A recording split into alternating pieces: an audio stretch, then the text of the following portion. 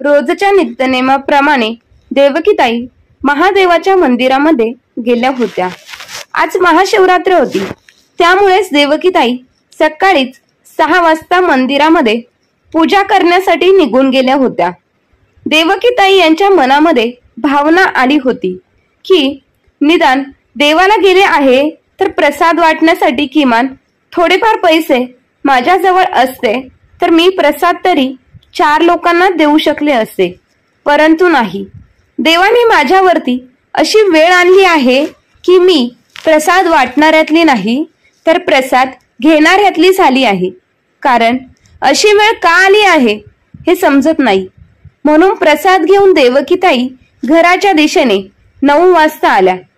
घरी आल्याबरोबर त्यांच्या धाकट्या सुनेने त्यांना ओरडायला सुरुवात केली। काय भजन कीर्तन करून तुमचं पोट भरणार आहे? असे असेल तर तुम्ही तिकडेच जाऊन का राहत नाही? इकडे घरी कशाला येता? उगाचच आमच्या डोक्यावर भार म्हणून जगता। देवकीताई विचार करत होत्या। सुनेचं आणि मुलाचं बोलणं हे आजचं नाही तर हे दररोजचं झालेलं आहे, त्यामुळे त्यांना हे काहीच नवीन नव्हतं। परंतु दररोज मुलाचे आणि सुनेचे बोलणे ऐकून ऐकून त्या आता थकल्या होत्या आणि कुठेतरी त्यांच्या मनाचा स्वाभिमान जागा झाला होता। किती दिवस असं सुनेच्या आणि मुलाच्या कामामध्ये धाकामध्ये राहायचं आणि का म्हणून राहायचं हा प्रश्न सतत त्यांच्या मनामध्ये येत होता। म्हणूनच त्यांनी त्यांच्या स्वाभिमानाला महत्त्व देऊन वयाच्या 65व्या वर्षामध्ये असं काही करून दाखवलं की त्यांच्या सुनेला आणि मुलाला त्यांची पाय धरून माफी तर मागावीच लागली, परंतु शेवटी आज देवकीताई यांच्याचमुळे त्यांच्या मुलांना आणि सुनांना समाजामध्ये ओळख निर्माण झाली आहे। काय झालं आई? तुम्हाला काही हवं आहे का? स्वयंपाकघरात भांड डोकवणाऱ्या देवकीताई यांची सून सारिकाने तिला विचारले। तेव्हा आश्चर्याने म्हणाल्या, सुनबाई, मी अजूनही नाश्ता केलेला नाही, पण इथे सगळी भांडी रिकामी आहेत। मी चहा नाश्ता करायला स्वयंपाकघरात आली होती, पण इथे काहीच ठेवले नाही। आश्चर्यचकित होऊन विचारलं आपल्या सुनेला। तेव्हा सारिका म्हणाली, पण आई, आज 1लीच तारीख आहे, हे तुम्ही विसरला आहात का? तुम्हाला घ्यायला मोठा भाऊ आणि वहिनी येतच असते, म्हणून मला वाटलं की आज तुमचं जेवण तिथेच बनलं असेल, म्हणूनच मी तुमचा नाश्ता बनवला नाही। आपल्या सुनेचे बोलणे ऐकून देवकीताई काही शब्द बोललेच नाही आणि आश्चर्याने आपल्या सुनेकडे पाहू लागल्या। मग निर्लज्जपणाची हद्द ओलांडत सारिका म्हणाली, माझ्याकडे एवढ्या आश्चर्याने का बघत आहात आई? तुम्ही आमच्या घरी राहण्याची वेळ संपली आहे। मी काही चुकीचं तर बोलत नाही ना?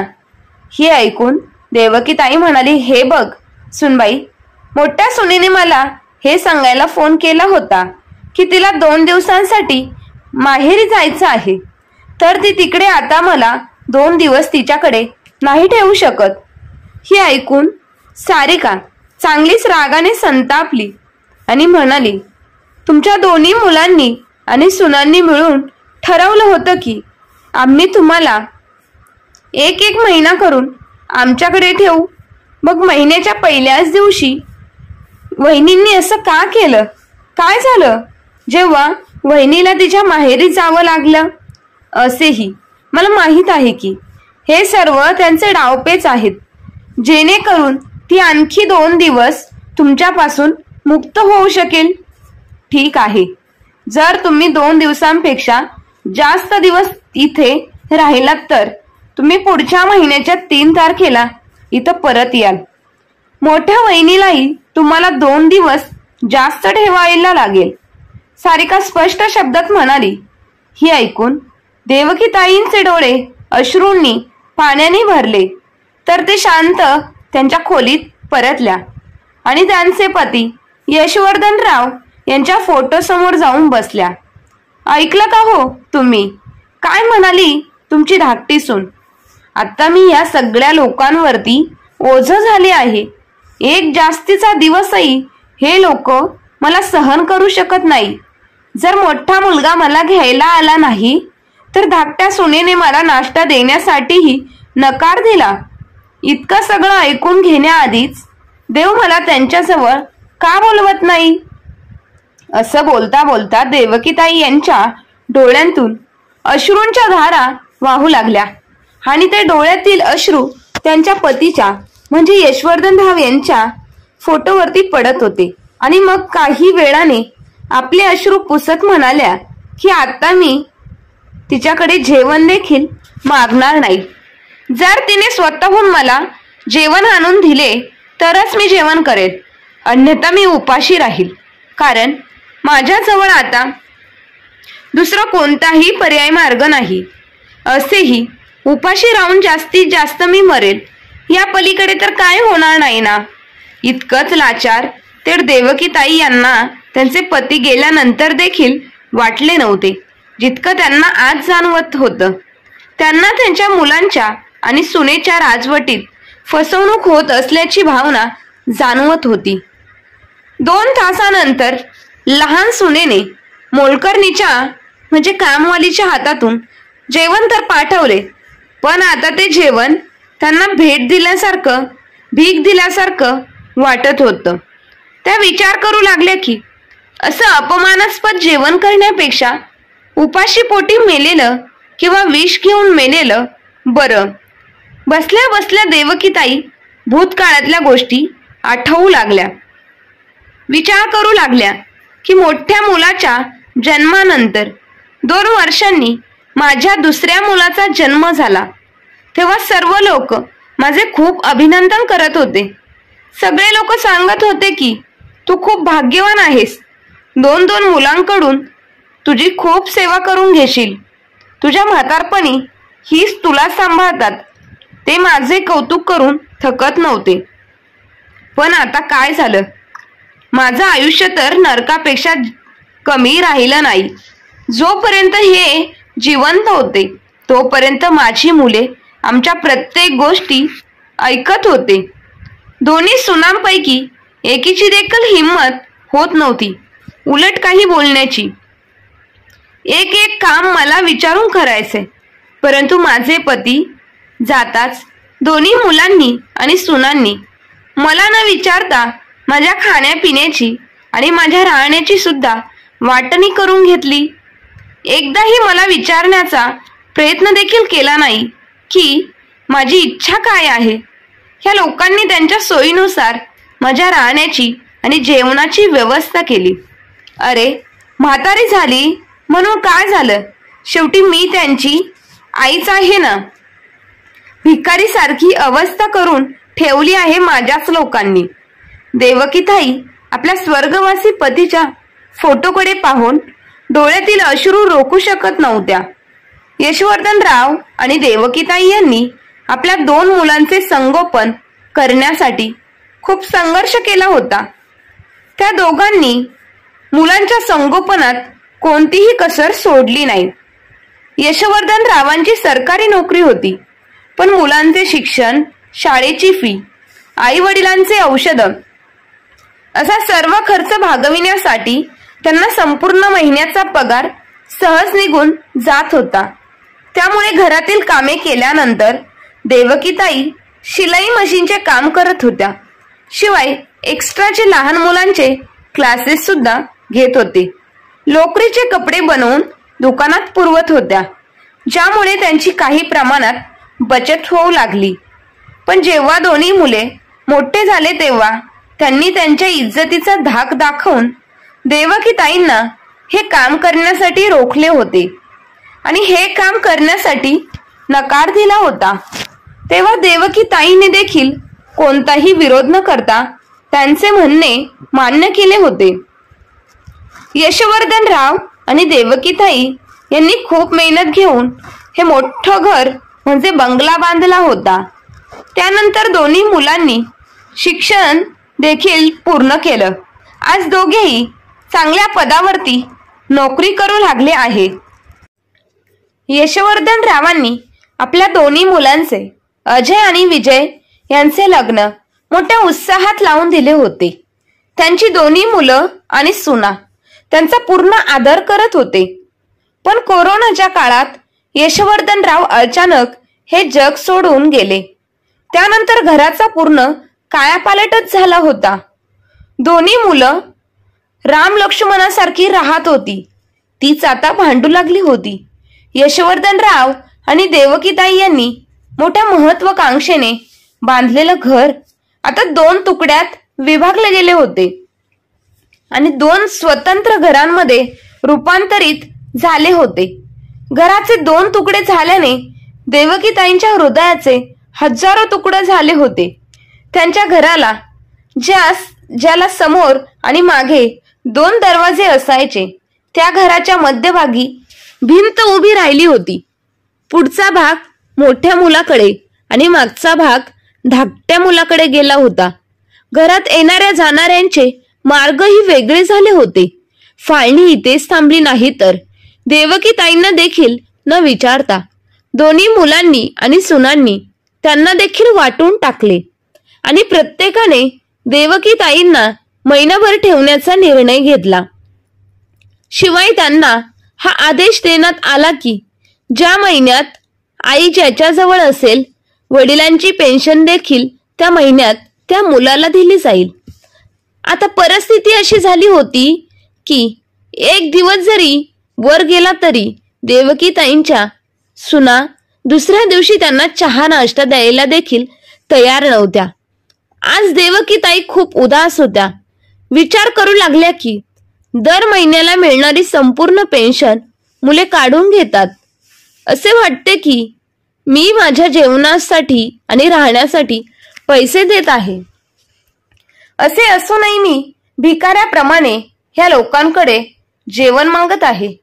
कोणीतरी बरोबरच म्हटलं आहे की आई वडील एकाच घरात राहून 2-2 मुलांना वाढवू शकतात, पण दोन्ही मुलांचे लग्न झाल्यावर 2 मुलं मिळून देखील त्यांच्या आई वडिलांना सांभाळू शकत नाही. आता देवकीताई आपला मोठा मुलगा आणि सून यांच्या घरी आल्या होत्या, पण इथे त्यांचं दुःख दूर करायला कोणी देखील नव्हतं. संध्याकाळी देवकीताई उद्यानात फिरायला गेल्या होत्या. तेव्हा त्यांचा महिलांचा ग्रुप तीर्थयात्रेला जाण्याचा बेत करत होत्या. देवकीताई, तुम्ही पण आमच्या सोबत या, असं शालिनीताई म्हणाल्या. तेव्हा त्यांचे बोलणे ऐकून देवकीताईंना वाटले की कोणीतरी त्यांच्या मनातील भावना बोलून दाखवली आहे. काही दिवसांपूर्वी तिने तीर्थयात्रेला जाण्याची इच्छा आपल्या मुलाकडे व्यक्त केली होती. तेव्हा खूप खर्च येईल असे म्हणत त्यांच्या धाकट्या मुलाने त्यांच्या यात्रेचा विषय पुढे ढकलला होता. जड अंतकरणाने त्यांनी जाण्याचा कार्यक्रम रद्द केला होता. पण यावेळी महिला मंडळाचा कार्यक्रम तयार होत असताना पाहून देवकीताई स्वतःला अडवू शकल्या नाही आणि त्या त्यांच्या मैत्रिणीला म्हणाल्या, शालिनीताई, अनेक वर्षांपासून मला देखील तीर्थयात्रेला जायचे होते. हे माझं स्वप्न होतं, परंतु अचानक यांचा देवाघरी जाणं झालं आणि माझ्या सगळ्या स्वप्नांवरती पाणी फिरलं. पण कधी संधी मिळाली नाही. मी माझा मोठा मुलगा अजय सोबत देखील याबद्दल बोलले आणि धाकट्या मुलासोबत विजय सोबत देखील बोलले, परंतु दोघांनी मला विरोध केला आणि अडवलं. त्यामुळे तीर्थयात्रेला जाण्याचं स्वप्न हे स्वप्नच राहिलं. शालिनीताई, आता मी माझा मोठा मुलगा अजय यासोबत बोलते आणि नंतर तुम्हाला सांगेल. पण घरी येऊन आपल्या मुलाशी बोलल्यावर मोठ्या मुलाकडून जे उत्तर त्यांना मिळाले त्याची त्यांनी कल्पना देखील केली नव्हती आणि कधी विचार देखील केला नव्हता. आई, तू किती फालतू खर्च करतेस ग. किती फालतू आयडिया आहेत तुझ्या. मैत्रिणींची ह्या वयात घरी राहून भजन कीर्तन करायचे सोडून देव तर प्रत्येक कणाकणात असतो. मग त्याला जागोजागी जाऊन शोधण्यापेक्षा घरी राहून तुम्ही भजन कीर्तन करा ना. इकडे तिकडे फिरण्याला काय अर्थ आहे. देवकीताई समजू शकली नाही की त्यांच्या मुलाने तिला असे उत्तर का दिले असेल. त्या विचार करू लागल्या की तो अजय होता जो येता जाता तिच्याकडून कोणत्या ना कोणत्या बहाण्याने पैसे मागत आहे. पण सर्व काही माहीत असूनही त्यांनी आपल्या मुलांवर कधीच बंधने कोणतीच लादली नाहीत. आणि आज जेव्हा त्यांनी त्यांच्याकडून काही पैसे मागण्याचा प्रयत्न केला तेव्हा तो निरर्थक बहाणा करत होता. देवकीताईंनी अजयच्या बोलण्याला काहीच उत्तर दिले नाही. त्या गप्प राहून तिथून निघून गेल्या. दुसऱ्या दिवशी सकाळी देवकीताई मंदिरात गेल्या तेव्हा त्यांची मैत्रीण शालिनीताई देखील मंदिरात आली होती. देवकीताई यांना पाहून ती म्हणाली, अरे देवकी, तू आम्हा सर्वांसोबत तीर्थयात्रेच्या प्रवासात येत आहेस ना? यावर देवकीताई थोडी शांत झाली आणि मग आपलं दुःख लपवत ती मंद हसत म्हणाली, अरे नाही शालिनी, यावेळी काहीतरी महत्वाचे काम आले आहे आणि माझा मुलगा आणि सून यांचाही कुठेतरी बाहेर जाण्याचा प्लॅन आहे. त्यामुळे मी नाही जाऊ शकत. पुढच्या वेळी नक्की येईल. अरे देवकी, तुझ्याकडे नेहमीच काही ना काही कारणे असतातच. कधी सून आणि कधी मुलगा बाहेर जायचे असतं, तर कधी पाहुणे घरी येतात. स्पष्टपणे का सांगत नाही की तुला आमच्या सोबत फिरायला आवडत नाही ते? तिच्या मैत्रिणींचे असे बोलणे ऐकून देवकीताई दुःखी झाल्या आणि इच्छा नसतानाही देखील त्यांनी त्यांच्या मैत्रिणीला त्यांची मजबुरीबद्दल सांगितले. आणि मग त्या उदास होऊन म्हणाल्या की माझ्या सगळ्या मैत्रिणींना वाटतं की मी बहाणा करते सगळ्यांसोबत न जाण्याचा. पण आता कोण समजणार की मला देखील वाटतं माझ्या काही इच्छा आहेत. आता मला प्रश्न पडतो की माझी ही इच्छा या जन्मी तरी पूर्ण होईल की नाही. तू खूप भाग्यवान आहेस ग. तुझा मुलगा तुला तीर्थयात्रेला तुझ्या जाण्यासाठी पैसे देतो. मी माझ्या मुलांकडे पैसे मागितले तर ते मला 2 गोष्टी सुनावतात. आता स्वतःच्या मुलांसमोर कोणतीही इच्छा व्यक्त करणे असे वाटते जणू काही मी त्यांच्या जवळ भीकच मागत आहे. देवकीताईंचा मुलगा आणि सून त्यांच्या बाबतीत माझेही नशीब तुझ्यासारखेच आहे.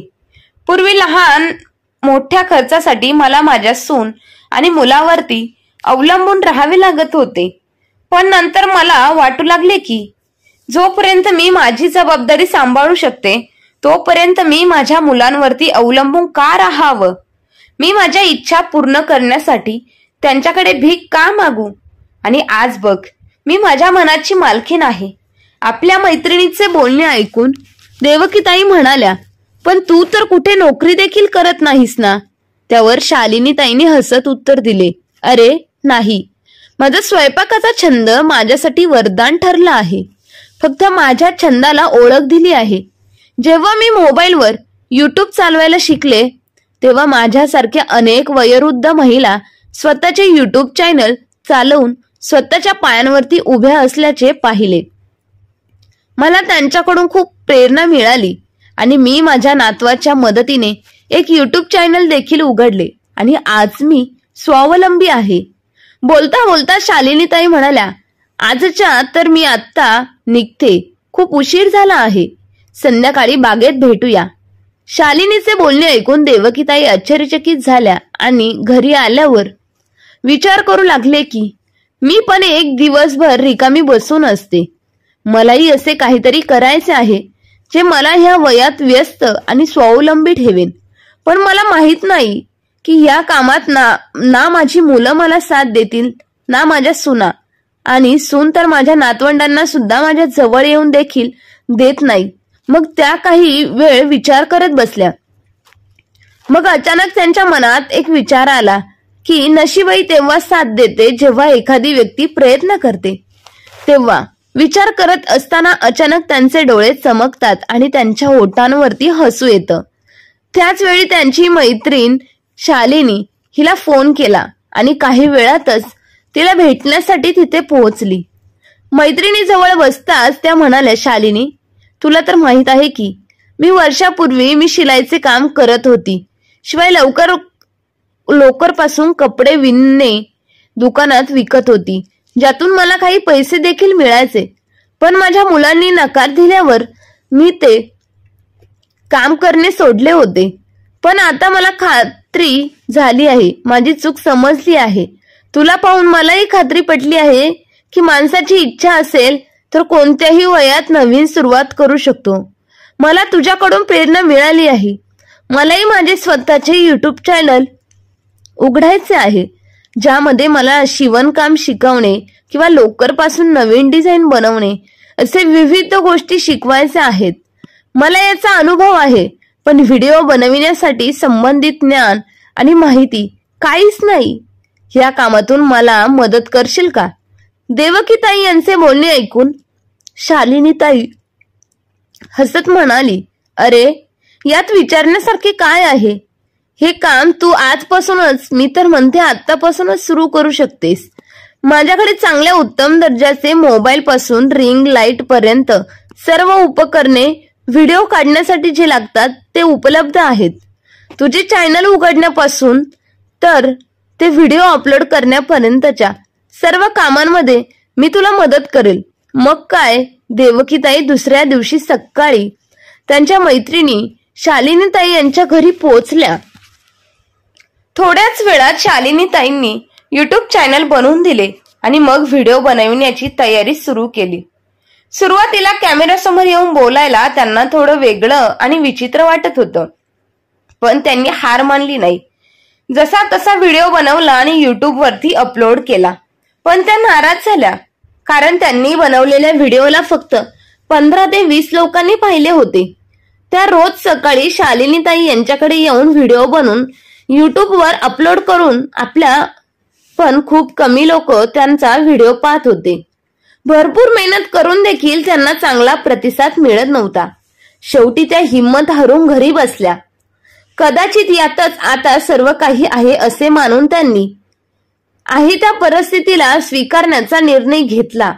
पण त्यानंतर एका आठवड्यानंतर देवकीताई यांना शालिनीताई यांचा फोन आला आणि त्यांनी देवकीताई यांना जे काही सांगितले ते ऐकून देवकीताई स्वतःच्या कानावरती त्यांचा विश्वास बसत नव्हता. त्यांच्या आनंदाला पारावारा उरला नाही. शालिनीताई यांनी सांगितले की देवकी, जो व्हिडिओ याचा व्हायरल झाला आहे, ज्याला आतापर्यंत 25 लोकांनी पाहिला आहे, आज देवकीताई यांना एक नवीन आशेचा किरण दिसू लागला होता. त्यांच्या मनात जगण्याची एक नवीन उमेद निर्माण झाली होती. त्यांच्यातील आत्मविश्वास आता वाढला होता आणि त्यांनी पुन्हा जोमाने आत्मविश्वासाने व्हिडिओ बनविण्यासाठी सुरुवात केली. आणि मग त्यानंतर त्यांचा एकामागून एक व्हिडिओ व्हायरल होत गेले. आता त्यांना त्यांची इच्छा पूर्ण करण्यासाठी वेळोवेळी संधी मिळत होती. शिवाय स्वतःच्या कामाला, मेहनतीला एक नवीन ओळख मिळाली होती. 2 महिन्याच्या आतच त्यांच्याकडे त्यांचे पहिले पेमेंट आलं होतं. आतापर्यंत त्या व्हिडिओ बनविण्यापासून व्हिडिओ एडिटिंग करण्यापर्यंत सर्व गोष्टी स्वतः करू लागल्या होत्या. पहिले पेमेंट येताच त्यांनी सर्वात आधी स्वतःसाठी एक चांगला कॅमेरा असलेला मोबाईल आणि काही महत्वाचे साहित्य विकत घेतली.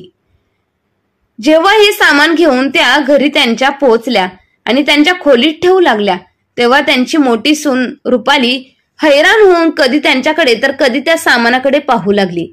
परंतु देवकीताई यांनी आपल्या सुनेची काहीही विचार न करता, पर्वाही न करता व्हिडिओ बनविण्यासाठी तयारी करू लागल्या होत्या. पण त्यांच्या सुनेला हे सर्व पाहून सर्व गोष्टी लक्षात आल्या होत्या. रुपालीने मोठ्याने ओरडून लागली की अच्छा, तर तत्काळ संध्याकाळ ह्याच कामासाठी तुम्ही घराबाहेर जात होता, तर हे सगळं सुरू करण्याआधी तुम्ही आम्हाला एकदाही विचारणे गरजेचे वाटले नाही का? मोठ्या सुनेचे बोलणे ऐकून देवकीताई यांना राग तर आलाच खूप, पण त्यांनी या सगळ्या गोष्टींकडे दुर्लक्ष करत आपल्या खोलीचा दरवाजा बंद केला आणि व्हिडिओ बनवू लागल्या. तिकडे धाकटी सून जेव्हा तिच्या मैत्रिणींसोबत पार्टी करण्यासाठी फिरायला गेली होती, तेव्हा तिच्या मैत्रिणी तिला सांगू लागल्या की अरे सारिका, तुझी सासू युट्यूबवर खूप धम्माल करत आहे. हे सर्व सारिकाला आश्चर्यच वाटत होतं, पण सोबत ती हैराण देखील झाली होती. पण जेव्हा तिच्या मैत्रिणी सारिकाला तिच्या सासूचे व्हिडिओ दाखवले, तेव्हा तिच्या पायाखालची जमीन सरकली. ती ताबडतोब घरी आली आणि घरी येताच तिच्या नवऱ्याचे काम करू लागली. तर इकडे आज देवकीताई खूप आनंदामध्ये होत्या, कारण आज पहिल्यांदा त्यांनी स्वतः एकटीने व्हिडिओ तयार करून स्वतः आपल्या YouTube चॅनलवर अपलोड केला होता. पण व्हिडिओ बनवून झाल्यानंतर त्यांनी त्यांच्या खोलीचा दरवाजा उघडताच त्यांची दोन्ही मुलं आणि दोन्ही सुना त्यांची शाळा करण्यासाठी उभे होतेच. दरवाजा उघडताच देवकीताई यांच्यावर तुटून पडलेली, आई हा काय तमाशा सुरू आहे? आता तू खूप नवीन आम्ही काही कमी ठेवली होती का? रोज तुझी ही नवीन नाटकं सुरू झाली आहे. तुझ्या सुना कधी तुला बोलूही देत नव्हत्या. वा, काय वयात तू घरी बसून देवाची पूजा पाठ केली पाहिजे, भजन कीर्तन केले पाहिजे, आणि तो सर्व सोडून हे सगळं करत आहेस. आपल्या लहान मुलाचे बोलणे ऐकून देवकीताई म्हणाली की बाळा, मी हे सर्व माझ्या इच्छेनुसार करत आहे. मला आवडत आहे म्हणून मी करत आहे. माझा छंद आहे म्हणून मी करत आहे. तुम्हाला तर माहीतच आहे की मला या कामाची आधीपासून किती आवड होती, आणि आता कुठे मला ह्या माझ्या कामाला एक नवीन ओळख निर्माण करून देण्याची संधी मिळत आहे. तर या चुकीचे काय आहे? देवकीताई यांचे बोलणं ऐकून मोठी सून म्हणाली की मला तर कळतच नाहीये की बाबा गेल्यानंतर तुम्हाला हा तमाशा का करावासा वाटत आहे. पूर्ण परिसरात आमचे नाक कापले गेले आहे, आणि ते फक्त आणि फक्त तुमच्यामुळेच. ह्या कामामुळे मोठ्या सुनेचे बोलणे संतापात त्यांचा मोठा मुलगा म्हणाला, आई, जर तुला हे सर्व काही करायचे असेल तर दुसरीकडे जाऊन कर. हा तमाशा आमच्या घरात राहून हा तमाशा करण्यासाठी काहीच गरज नाही. देवकीताई ज्या बऱ्याच वेळापासून आपल्या मुलांची आणि सुनेच्या गोष्टी ऐकत होत्या, त्या पाहून हैराण झाल्या होत्या की ज्या सुना कालपर्यंत एकमेकांशी बोलणे तर दूरच होतं, पण एकमेकांचा चेहरा देखील पाहत नव्हत्या, आज त्यास त्यांच्या सासूच्या विरोधात एकत्र येऊन बोलत होत्या. पण त्यांच्या मुलांचे कडवट शब्द ऐकून त्यांचा संयम आता संपला होता.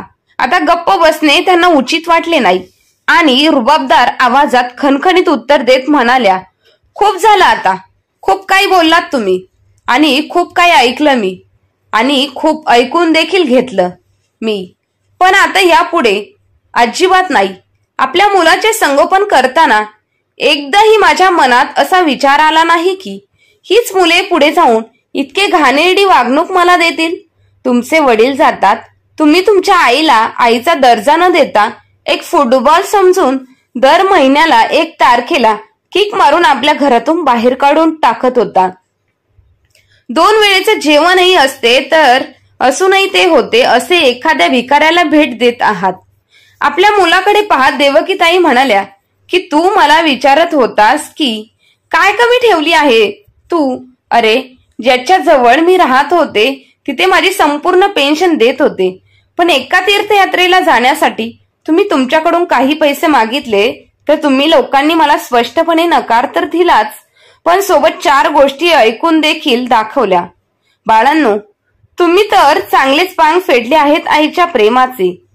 चांगलं झालं की तुमचे वडील तुमची आई हे रूप पाहण्याआधीच हे जग सोडून देवाघरी गेली होती, जिवंत राहिली नाही.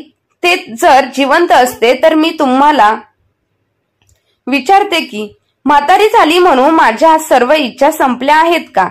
माझी म्हातारा होत नाही कुठे बाहेर जाण्यासाठी. पण बाळांनो, चूक माझीच आहे. ज्या वेळेस तुम्ही या घराचे 2 भाग केले तेव्हाच मी गप्प बसलो नसतो तर आज हा दिवस मला पाहण्यासाठी मिळाला नसता.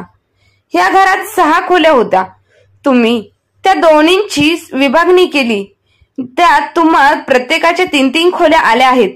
मी माझ्या स्वतःसाठी कोणतीही जागा सोडली नाही, पण मला आता कोणतीही चूक दुरुस्त करायची आहे. आता या घराचे 3 भाग होतील. हे ऐकताच मुलांच्या आणि सुनेच्या भुवया उंचवल्या की आई काय विचार करते? विचार करून बोल, 3रा भाग कशासाठी आणि कुणासाठी? तेव्हा देवकीताई म्हणाल्या की तो भाग माझ्या स्वतःच्या असलेल्या आत्तापासून मला स्वतःसाठी बनवलेल्या मुलासाठी. वेगळ्या पाहिजेत 1 खोली तर मला राहण्यासाठी आणि एक खोली माझे व्हिडिओ बनविण्यासाठी. आणि हो, आजपासून मला माझी स्वयंपाक खोली देखील वेगळी पाहिजे, जिथे मी स्वतः माझ्यासाठी माझं स्वतःचं जेवण बनवू शकेल. मी माझ्यासाठी स्वयंपाक बनविणारी बाई कामाला ठेवेन. तुम्ही लोक मला एक दिवस देखील सहन करू शकत नाही. एक दिवस वर गेला तरी मला नाश्ता देत नव्हते. पण आता खूप झालं. आता ही तुमची आई 2 भागात विभागली गेली जाणार आहे. मी आता आत्मनिर्भर आहे आणि स्वतःची जबाबदारी स्वतः उचलू शकते. देवकीताई यांचे बोलणे ऐकून दोन्ही सुना त्यांच्या नवऱ्याबरोबर ओरडू लागल्या. ह्या खोलीचे 3 भाग अजिबात होणार नाही. आम्ही फक्त 2च खोल्यांमध्ये राहणार नाही. तुम्ही मुलं काही बोलण्याच्या आधी देवकीताई त्यांना म्हणाली, आभार माना की मी तुमच्या मुलीचे खोलीचे भांडे मागत नाहीये. जर तुम्हाला माझे म्हणणे मान्य केले नसेल तर ठीक आहे. तुम्ही तुमचा बंदोबस्त दुसरीकडे कुठेही करू शकता. आणि हो, आजपासून मी स्वतःचा खर्च स्वतः करणार आहे, ज्यामुळे मला माझ्या आयुष्यात कोणत्याही हस्तक्षेप नको आहे. देवकीताई यांचे बोलणे ऐकून दोन्ही मुलं आणि सुना गुपचूप उभे राहिले. त्यांच्या मुलाकडे पाहत राहिले. तर त्या सगळ्यांना विश्वास बसत नव्हता की त्यांच्या आईमध्ये इतका आत्मविश्वास आला तरी कुठून. परंतु आता त्यांच्याकडे ना तर प्रश्न विचारण्याचा अधिकार होता आणि नाव उत्तर मिळवण्याची उमेद. देवकीताई यांनी त्यांच्या सुनांना सांगितलं होतं, जर तुम्ही एक्स्ट्रा आणि वाढव काही बोलला तर तुम्हाला खुशाल या घराचे दरवाजे रिकामे आहे. तुम्ही या घरातून बाहेर निघू शकता आणि जिकडे तुम्हाला राहण्याची व्यवस्था होईल तिकडे जाऊन राहा. जमत असेल माझ्या 2 खोल्यांमध्ये फुकट राहिला तर राहा, नाहीतर निघून जा. आता देवकीताईने त्यांच्या सुनांना मात्र एवढ्या तारेवरची कसरत धरली होती. आता त्यांची पेन्शन देखील मुलांना देत नव्हत्या आणि स्वतःचं नाव एवढं मोठं उज्ज्वल समाजामध्ये केलं होतं की वयाच्या 65व्या वर्षी देखील त्या स्वतःचा खर्च स्वतः उचलू शकत होत्या. अनेक समाजकार्यांमध्ये भाग घेऊन दान धर्म करत होत्या. त्यामुळे आज समाजामध्ये देखील त्यांना उत्तम दर्जाचे स्थान होते. तर मित्र आणि मैत्रिणींनो, देवकीताईंनी त्यांच्या मुलाला आणि सुनेला अन्याय सहन करत राहिले. परंतु एक वेळ त्यांनीच त्यांच्या स्वाभिमानाला महत्व दिले आणि वयाच्या 65व्या वर्षी देखील त्यांनी असं काही करून दाखवलं की प्रत्येकाने त्याचा आदर्श घ्यावा. आज वयाच्या 65व्या वर्षी देखील देवकीताई स्वतःचे पैसे स्वतः कमवत होते आणि आनंदाने जीवन जगत होते. तर मित्र आणि मैत्रिणींनो, आयुष्याची ही कथा देवकीताईंच्या कशी वाटली आणि मुलाला आणि सुनेला त्रास देत असूनही त्यांनी वयाच्या 65व्या वर्षात जे करून दाखवले त्याबद्दल तुमचं काय मत आहे हे कमेंट करून नक्की कळवा. आणि कथा आवडली असेल तर आपल्या चॅनलला लाईक, शेअर, सबस्क्राईब नक्की करा. धन्यवाद.